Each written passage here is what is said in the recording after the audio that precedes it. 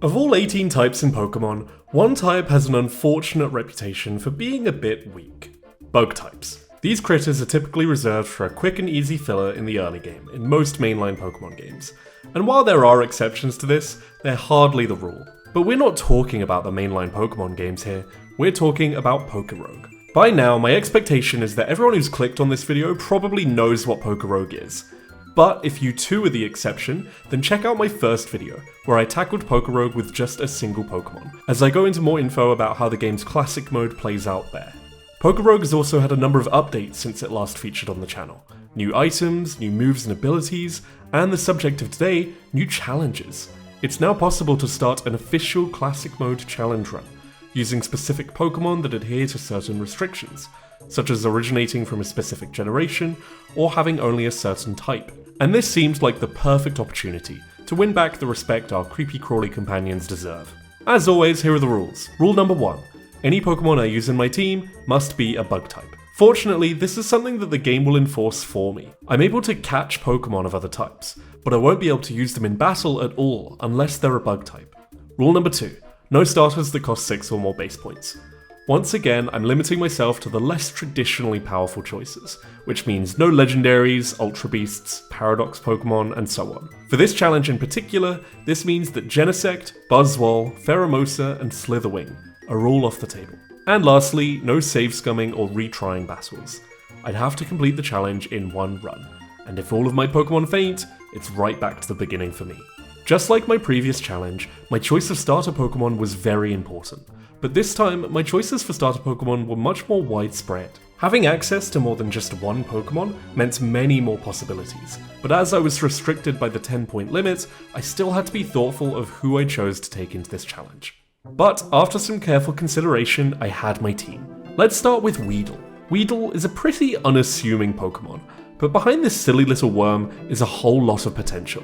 Weedle evolves into Beedrill at level 10, meaning I can get my hands on a pretty powerful Pokemon as early as about floor 15. Furthermore, I had Weedle's passive ability unlocked, Technician, which boosts the power of moves with 60 or less base power by 50%. Hi there, this is post-production Alistair interjecting really quickly. Some of these passives have been updated. In fact, about 60% of the entire roster of PokeRogue had changes to their passive ability and egg moves a few days after I finished recording, including 3 of the Pokemon who I used in this challenge run. So don't be alarmed if you go to boot up your own PokeRogue run and find you've got different moves and abilities available. And just think of this as a window into the past, like a World Heritage Site, or a time capsule, or well, you get the idea. On with the video. This means that Weedle can do some seriously high damage, with moves available right from the get-go. My notable egg moves were Barbarage and Drill Run, which offered a strong damaging move that benefited from Technician and same-time attack bonus, as well as a move for coverage. And of course, the elephant in the room is Beedrill's Mega Evolution, which grants a huge boost to attack and speed. If I could get my hands on a Mega Bracelet and Mega Stone, I'd have a seriously capable sweeper at my disposal. Next up is perhaps a more unexpected choice, Caterpie. On the surface, Caterpie doesn't have anywhere near as many advantages as Weedle.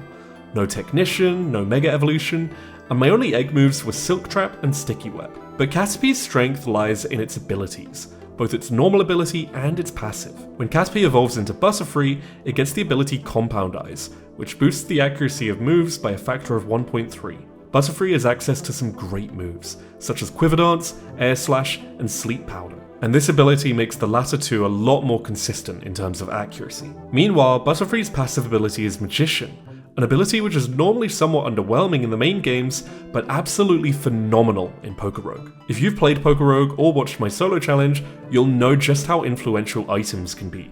And Magician allows you to steal items upon damaging an enemy with an attacking move, which is incredibly consistent, doesn't require taking damage, and can occur multiple times against a single opponent. Lastly, Butterfree also has access to a Gigantamax form, which, in this game, gives a solid boost to all of Butterfree's stats. My third choice was Paris. Paris has a very unique role in this team, and it stems from one simple part of its kit, the egg move Sappy Seed. Sappy Seed is a move from Let's Go Pikachu and Eevee, which has a high base power and inflicts a Leech Seed effect against the target. Put simply, Parasect's role will be to disrupt enemies with Spore whenever needed, and land a single Sappy Seed against Eternatus, waiting at the end of the challenge. That's it, really. But Paras is a useful piece of insurance which only costs me 1 point out of my 10-point limit, so it's something of a no-brainer. Taking spot number 4 was Larvesta. Honestly, this choice was a little self-indulgent, as Volcarona is one of my favourite Pokemon, but that's not to suggest that it can't hold its own. Even before its evolution, Larvesta can be a formidable sweeper thanks to one all-important egg move, Torch Song, a fire-type move with same-type attack bonus which boosts special attack, on a Pokemon that can get Flame Charge to boost its speed as well, and Quiver Dance to boost its everything later on. Volcarona was my solution for the flaws, as it doesn't need to do much to boost its stats so high that it becomes nigh unstoppable. Fortunately, I also had another strong egg move in Thunderbolt to help cover my weaknesses to water types. Up next as my 5th choice was perhaps another unexpected one, Flipbug. Put simply, this was my answer to Eternatus. Its final evolution, Orbeetle, has some seriously impressive defensive stats, with 110 base defense and 120 base special defense. On top of that, Blipbug has some incredible synergy between its egg moves and passive ability. Blipbug starts with Struggle Bug. On top of the egg moves Heal Order, Expanding Force, and Spore. On top of that, it gets the passive ability Psychic Surge. Altogether, Orbeetle can create Psychic Terrain and deal heavy Psychic type damage, clear double battles with ease, and control the battlefield with solid defenses and access to Spore and Heal Order. Believe it or not, this moveset won't change throughout the entire run.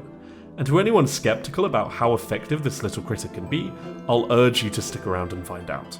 And if all of that weren't enough, Orbeetle can also Gigantamax, meaning I can boost its stats even further if I can get a hold of the necessary items. Last but not least, my 6th choice was Tarantula. The reasoning behind this one is pretty straightforward. Excluding cost reductions, the Pokemon I have in my team tally up to 9 out of my 10 points available. Tarantula only costs 1 point, but brings a good amount of value for its cost. It has Spore, Leech Life, and Stone Axe as egg moves, meaning it can help inflict status and chip damage if it gets the chance. On top of that, its passive ability is Pickup, the usefulness of which should be well known by this point. Therefore, Tarantula will be useful in getting the item generation going in the early game. Also, my Tarantula was shiny, so this meant I could add a bit of luck to my team in the hopes of improving my item rewards. This was the final team I decided on for my starters. There were a few other Pokemon I considered, such as Scyther, Heracross, and Pinsir, but many of these felt too expensive relative to what they offered. But those of you who have been paying attention will notice a trend among my choices. All 3 of the Pokemon I just mentioned can Mega Evolve, and of the Pokemon who made the cut, we have 1 Mega Evolution in Beedrill, as well as 2 Gigantamax forms in Butterfree and Orbeetle. Given my capacity for 6 Pokemon instead of just 1 this time, and the fact that many of the cheaper Bug-type Pokemon are a little lacking in raw stats, I wanted to hedge my bets when it came to alternate forms. Many of these Pokemon would start to struggle once stronger opponents became more common.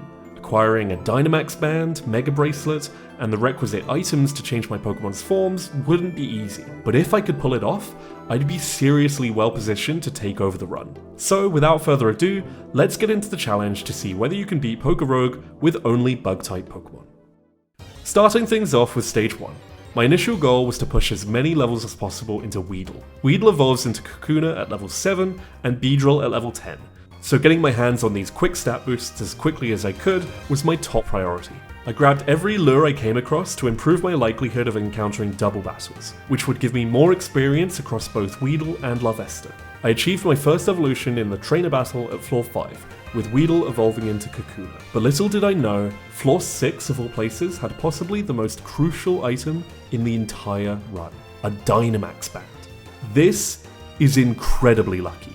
Of all the things I could find this early into the run, Gigantamax forms were both the most achievable and probably the most significant upgrades I could get.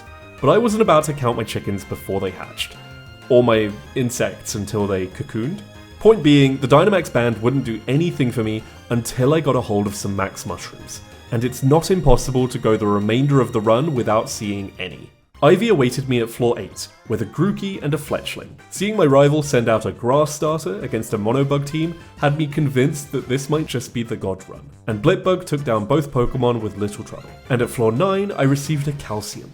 The candidates for this were Larvesta and Blipbug, and although I had brought Larvesta as a carry, I opted to give it to Blipbug. This was my answer to Eternatus after all, and with the Dynamax Band already in my possession, I was willing to take the risk and commit. Early into Stage 2, Caterpie evolved into Metapod, while Kakuna finally evolved into Beedrill, learning Twin Needle in the process. I also managed to evolve Blipbug into Dottler, which I'll confess I forgot this Pokemon even existed until I saw this evolution again.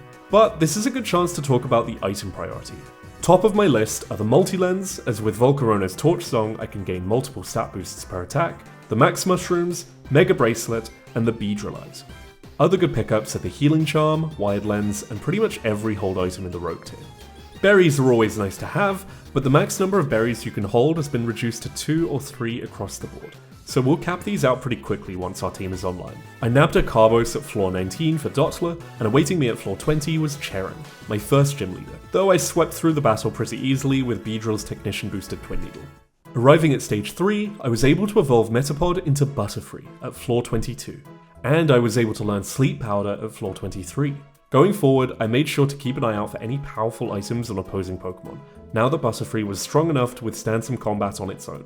Ivy was back at floor 25, and this time she leads with a Thwackey. Fortunately, my Beedrill was fast enough to outspeed her whole team, and though an Arctozolt was an unexpected third-party member, I was able to take it down with Drill Run. With Rival Battle number 2 out of the way, I raced through the rest of the battles and hurried on to the next stage. In stage 4, I started focusing on amassing items. Tarantula evolved into Spidops, and I finally found the map at floor 31. But more exciting than that, I found a Ninjask holding a Lucky Egg at floor 32, which I was able to steal with Butterfree.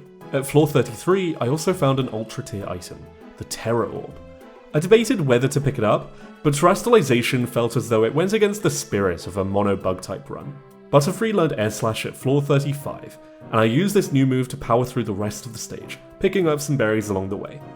Stage 5 was my last full stage before the next rival battle, so I made it a priority to ensure I was well prepared. I kept Butterfree in the lead whenever possible, so that I could steal any items I came across, bringing out Beedrill and Larvesta for double battles when necessary. Paris learned Spore at floor 42, rounding out its moveset for the remainder of the challenge, and at floor 45 he evolved into Parasect. At floor 46 I encountered a Vivillon, which is a great opportunity to note the one rule from my previous challenge which isn't in play here, catching new Pokemon. While I would only be able to use any newly caught Pokemon if they were bug types, there was nothing stopping me from picking up new bug Pokemon to consider for my team. I caught the Generation 6 Butterfly, but unsurprisingly, it had no real advantage over my existing team members. I fought a trainer at floor 48, and awaiting me at floor 50 was Berg, a fellow bug-type enthusiast. Most of his team went down to some combination of Butterfree, Beedrill, and Larvesta, and at the end of the battle, Dottler evolved into Orbeetle. I had the choice of the jungle or the meadow, now that I had the map in my possession. Though the meadow would allow me to undergo the same loop as I did in my solo challenge, my only real answer to fairy types was Beedrill, and the fairy cave in particular had a few threats that could keep it in check, so this time I opted for the jungle instead. I didn't find much more in stage 6 before my encounter with Ivy. I picked up some egg vouchers after a trainer battle because, come on, even in a challenge run I can't resist a free egg, though I did find a dire hit at floor 54.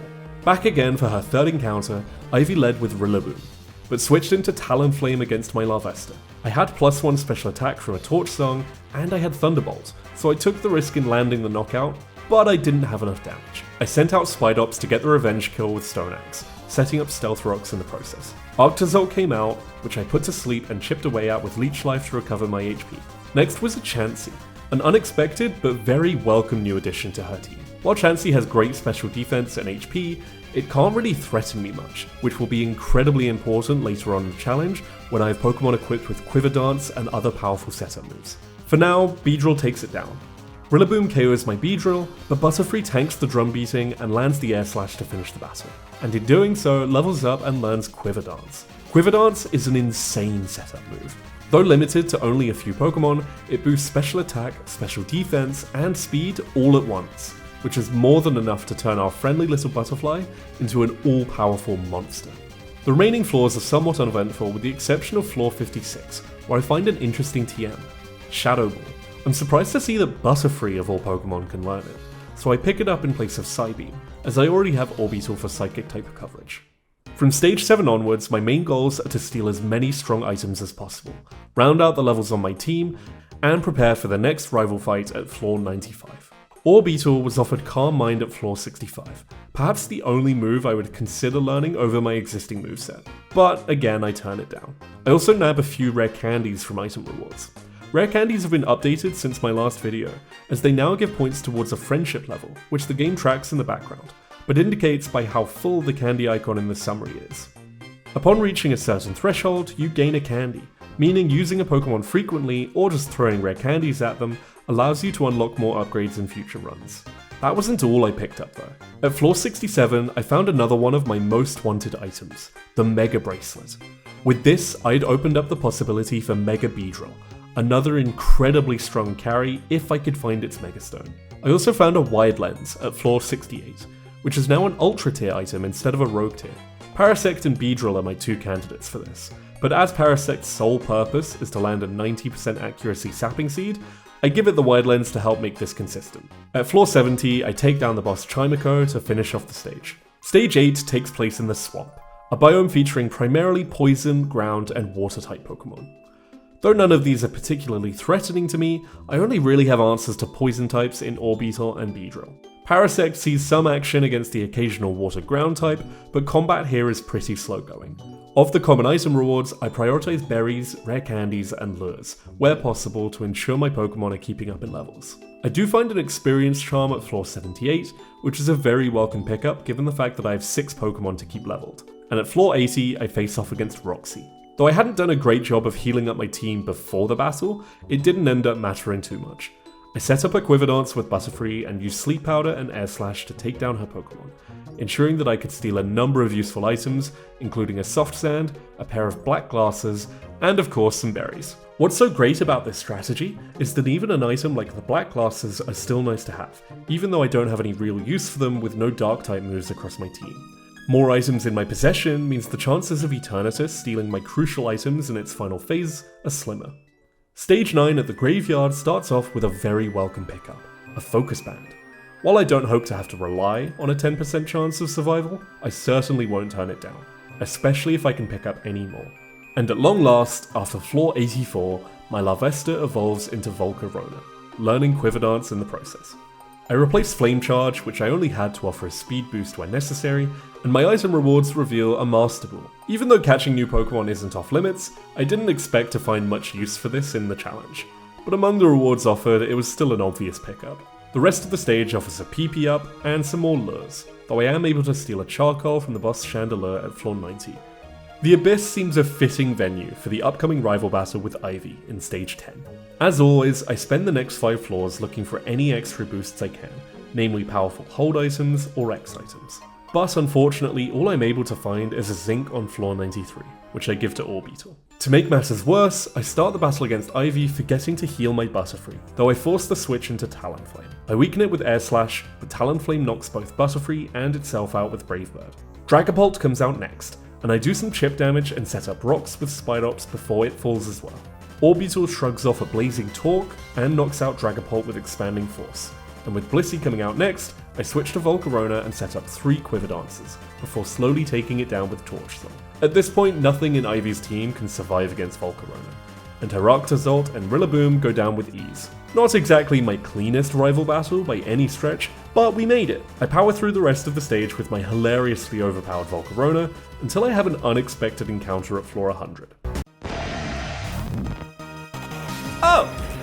Now, needless to say, legendary Pokemon are pretty rare. About a 1 in 500 to be exact. And while I can't actually use a Darkrai in this challenge for pretty obvious reasons, I could think of no better use for the Master Ball I picked up earlier. Stage 11 was up next, and as it led me to the Wasteland, I was prepared for encounters against Dragon-type Pokemon, as fitting a rival as typings go for my measly bug types. I turned down another Terra Orb at floor 101, but floor 103 is a different story. I find the Max Mushrooms, the form item I need to unlock my Gigantamax forms. I give the mushrooms to Butterfree, but interestingly there's a unique interaction with this item. If you transfer it from one Pokemon with a Gigantamax form to another, you can have both Pokemon Gigantamax without the sender losing its form change. Is this intended? I don't know, but I'm not one to look a gift horse in the mouth. And for those wondering exactly how Gigantamax works in this game, it's just a cosmetic sprite change with a stat boost. but considering Butterfree is normally rocking a huge 395 stat total, I'll take any help I can get. Orbeetle is the real winner here. Both of its defensive stats now surpass 140, and its special attack and speed are solid starting points after you account for things like items, psychic terrain, and so on. I grab another Iron at floor 108, and at floor 110 I find Raihan, Generation 8's Dragon-type expert. He sends out Dragalge, but as I put it to sleep and set up Quiver Dances, something caught my attention. Raihan's Dragalge had a Grip Claw.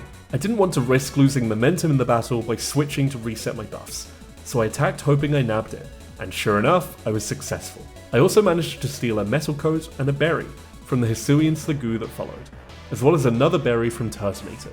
Archaludon and Garchomp didn't relinquish any of their items unfortunately, but I moved on content with all of the upgrades I'd picked up in this stage.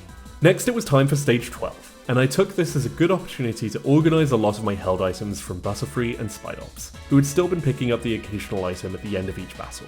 I moved type boosting items to whoever took advantage of them best, and redistributed my berries to ensure that most of my Pokemon had at least one, which also allowed me to free up some space for more looting with Butterfree. But unfortunately, I'd clearly spent all of my luck in the previous stage, as most of my rewards here were rare candies or nuggets. Always welcome of course, but not particularly noteworthy. I took down a Golem at floor 120, and at the crossroads I opted to head to the desert. While the first few floors of stage 13 went by much the same as the entirety of stage 12 did, floor 125 was an exciting exception. Not only did the Drapion have a lucky egg in its possession, at least until I yoinked it, I also found a rogue tier reward, Leftovers. This was a great pickup for Butterfree, as healing bought me more time to set up moves like Quiver Dance and Sleep Powder, and Orbeetle already had access to Heal Order. Though, while this was a great find, it was the only thing that really stood out in this stage. I was starting to realise though that while I'd brought Volcarona to sweep through the floors, Butterfree had surprisingly taken on that role instead, and did a great job of powering through the regular battles. Credit where it's due though, a Hippowdon boss at floor 130 did threaten to end my run by landing Fissure against not one but two of my Pokemon, even after dodging a Spore thanks to the Sandstorm and its passive ability Sandveil. Stage 14 began at the Ancient Ruins, featuring plenty of Psychic-type Pokemon who I have favourable matchups against. I grab an HP up for Orbeetle at floor 133, as well as a Zinc at floor 135. And at floor 137, I even encountered an old friend, but the Pokemon here weren't particularly threatening, at least not compared to what I'd be facing in the upcoming rival battle. I grabbed yet another HP up for Orbeetle after a trainer battle on floor 138, and I faced Generation 3's Psychic-type gym leader Liza at the final floor. She switches her lead into Lunatone as I set up a Quiver Dance, but Lunatone opts for Charge Beam instead of a Rock-type move. I take it down and set up another Quiver Dance against the Gardevoir that follows, before sweeping through the rest of her team with Shadow Ball. No incredible items this time however, just a few extra berries. At stage 15, we're back to the forest, our first returning biome in the run. Once again, I do some maintenance on my items, rearranging any new pickups to whoever is best suited for them. I grab a Calcium at floor 143, once again for Orbeetle, and at floor 145, it's time to battle Ivy once again. As usual, she switches to her Talonflame, which I managed to predict with a Sleep Powder. I set up Quiver Dance, and noticing her Talonflame has a sharp beak, I attack, hoping to steal it. Sure enough, I manage to do so, and I take Talonflame down after it retaliates with Heat Wave. Arctozolt is out next, but I put it to sleep and set up another 3 Quiver Dances. Now that I have the leftovers, there's very little that can stop me from setting up in front of special attackers. So I reach a full +6 across the board before I take it down. Unsurprisingly, she brings out her Rayquaza to try and stop me, but I put it to sleep as a precaution before felling it in a single Air Slash, alongside the Dragapult, Blissey, and Rillaboom which followed. Now I dare you to tell me that you expected a Butterfree to be sweeping the penultimate rival fight. The rest of the floors in the forest were a breeze. I picked up some extra nuggets because you can never have enough money, and faced with the crossroads once again, I returned to the jungle. Now that we've reached stage 16, let's recap what I'm looking for from the remaining 50 or so floors. My top priority now was the Beedrillite, the Rogue tier Megastone which would give Beedrill a much needed stat boost. Beyond that, any extra Rogue tier held items would be very welcome. One particularly amusing item to find would be a King's Rock. Air Slash has a chance to flinch, so were I able to stack up a few King's Rocks on Butterfree, it could result in the most oppressive flinching Classic mode has ever seen. But I didn't see much in the way of useful upgrades across stage 16, except maybe a PP up at floor 158. I did find something somewhat unexpected, however, a Sizzle. You might recall that Scyther was one of the Pokemon I considered choosing for my starter Pokemon. The reasons I decided against it were its high cost, a lack of really great egg moves, and Sizzle's 4 times weakness to fire. While this wild Sizzle didn't fix either of the last 2 problems, it was still a more powerful Pokemon than the Spidops I had tagging along for pickup. And while it had done a fine enough job stepping in with Spore and Stoneaxe when needed, I had 3 other Pokemon with near 100% accuracy sleep moves, and Stealth Rocks wouldn't be too easy to set up against Ivy in our final battle. And now that I already had the Mega Bracelet, Mega Sizzle would be another strong upgrade, which would be easier to find now than at the start of the run. So I caught the Sizzle and added him to my team over Spidops. Stage 17 was at the Temple, a biome where Ghost-type Pokemon are most common. I claimed a PP up from the first floor, which I used on Orbeetle's Expanding Force, and at floor 163 I nabbed an Egg Voucher Plus. As I decided to replace Spidops last stage, my luck has gone down to D from C. But while I'm not certain how much of an impact this will have on the remaining 40 or so floors, I can't imagine it's much. I took down a trainer at floor 166 with the usual G-Max Butterfree sweep, and I claimed yet another HP up at floor 167. At floor 170 was Fantina, Sinnoh's ghostly diva. She led with Annihilate, but switched into Drifblim. I was keen to put it to sleep and set up Quiver Dances, but I also feared an explosion, which I almost feel like Drifblim is notorious for using. Fortunately, I was able to set up enough buffs to run through the rest of her team with Shadow Ball, defeating her Aegislash, Mismagius, Zoroark, Annihilate, and Spiritomb in quick succession. Stage 18 was the penultimate stage before the Elite Four and Champion, so I sought out every opportunity to squeeze any extra strength out of my Pokemon. At floor 173, I found a Memory Mushroom, which I used to relearn Bullet Punch on my recently caught Sizzle. And at floor 174, I grabbed myself another Egg Voucher Plus, though every time I saw a Rogue tier item, I hoped that it would be one of the Megastones I was looking for, the Beedrillite or the Sizzlerite. But I had no such luck, and it wasn't long before I was staring down stage 19. While my Champion's Challenge wasn't as dependent on favourable matchups as it was when I had nothing but a Tinkaton, there are still a few groups I was less keen to see than others. My worst matchups are against Rock, Fire, and Flying, all of which can deal super effective damage against the majority of my team. Similarly, I was hopeful to avoid any strong defensive types that might shrug off my attacks even after several boosts, such as Steel or Fairy. So all in all, the groups I was least enthusiastic to be facing were the Sinnoh, Kalos, Alolan, and BB League Elite Four. The absolute worst case scenario here was the Alolan Elite Four. Olivia and Kahili are 2 massive counters to my team, and if RNG wasn't in my favour, I may also encounter the Steel-type trainer Malane, or powerful Pokemon like Solgaleo and Incineroar against Hau. But ready to battle me at floor 182 was Crispin, of the BB League Elite Four. All in all, while I was happy to avoid the worst case scenario, I feared I wasn't in for the easiest time. He led with Blaziken, and fortunately I predicted that he would switch fearing a flying type attack. Sure enough, out came Talonflame, who I immobilized with Sleep Powder before setting up a Quiver Dance, and taking it down with Air Slash. I was surprised to see him bring out a second Talonflame, but I dispatched it just as easily as the first, and stole a sharp beak in doing so. Magmortar was next, who I put to sleep and set up just a couple more Quiver Dances, as I suspected any attack it might be able to make would be special. With my stats sky high, I sweep through the remaining Pokemon. I camera upped, and not only the first, but a second Blaziken. Certainly the most unique Elite Four team I think I've ever encountered, but dealt with easily enough. Next up was Amaris. Steel types weren't the most favourable matchup for Butterfree, but with Volcarona in the back, I set up as much as I could just in case. Very much prepared to have Butterfree faint, but surprisingly, her Bastiodon used Thunder instead of a physical Rock-type move before switching to Skarmory. So once again, I was able to deal a heavy blow to most of her team. I took down Skarmory, Metagross, Bronzong, and Sizzle, almost entirely unscathed, and finished off Bastiodon and Empoleon, who had been switched out in an effort to preserve them at low HP. Another successful Butterfree sweep, albeit a more unexpected one. The third member of the BB League Elite Four was Lacey, the Fairy-type specialist. She led with Galarian Weezing, who honestly couldn't do much against Butterfree. I put it to sleep and set up about 5 Quiver Dances, before taking it down with Air Slash. Excadrill came out next, which I knew would fall to a single Shadow Ball, but then I noticed something. It was holding a King's Rock. I attacked with the Air Slash in the hopes of stealing it, but I nabbed a Berry instead before it was switched out for a sacrificial Primarina. Alcremie went down the same way, as did Galarian Slowbro, though I was able to steal a much appreciated Shell Bell before it fell. Mr. Mime also succumbed to an Air Slash, and when Excadrill returned to the field, I successfully swiped the King's Rock. Last up was Drayton, and after a peculiar bit of dialogue about chairs, he sends out a Dracovish. By now you should be following a pattern. He switches to Archaludon, but I put it to sleep and set up another 5 Quiverdances, before taking it down with Air Slash. Dracovish, Dragonite, Flygon, Sceptile, and Flapple all meet the same fate, and despite my fears that the BB League Elite Four would pose a challenge, I'd successfully beaten all of them. And I did so without even having to switch out from Butterfree. But one last challenge remained. The champion, Cheren.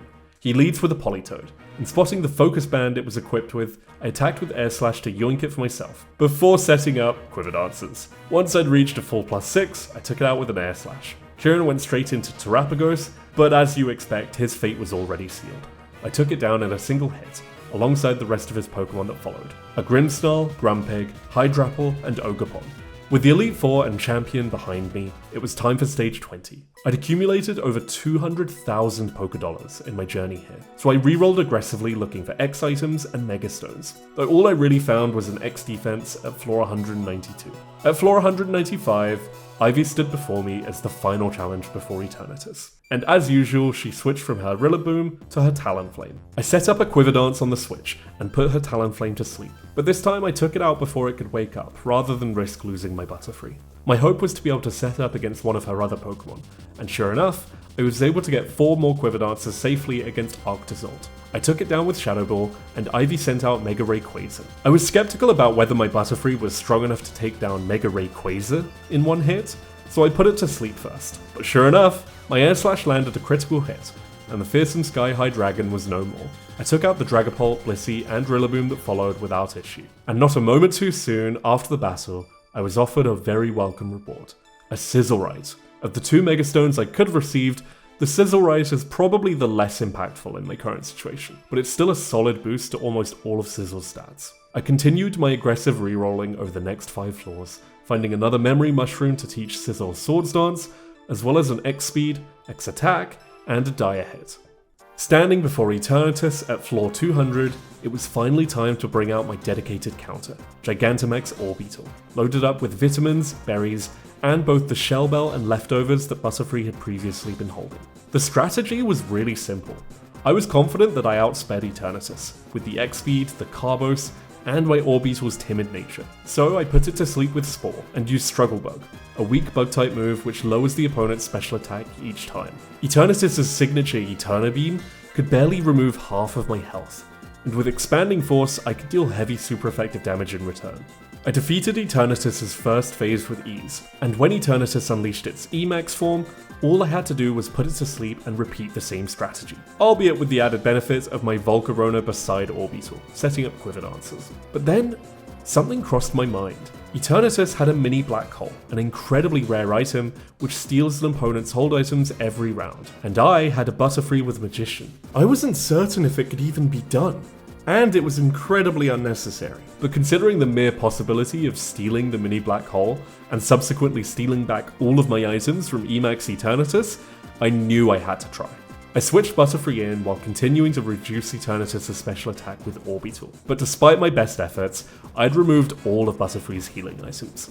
It seemed my dream would remain as such, so at this point I started the victory lap, bringing Parasect in for a wholly unnecessary Leech Seed, and bringing Orbeetle back in to re-establish the Psychic Terrain, and take Eternatus down with Expanding Force. And with that, we've completed the challenge. Not only do we get an achievement for beating the Bug Monotype challenge, but we get to enjoy the epilogue with our rival Ivy, which was added between this video and the last. This challenge was a lot more enjoyable than I was expecting it to be, and I think watching oft-forgotten Pokemon like Butterfree and Orbeetle completely dismantle the titans of PokeRogue in Rayquaza and Eternatus is a testament to one of the things that makes this game so appealing. The fact that any Pokemon can become a surprise powerhouse, with the right circumstances. Well, almost any Pokemon.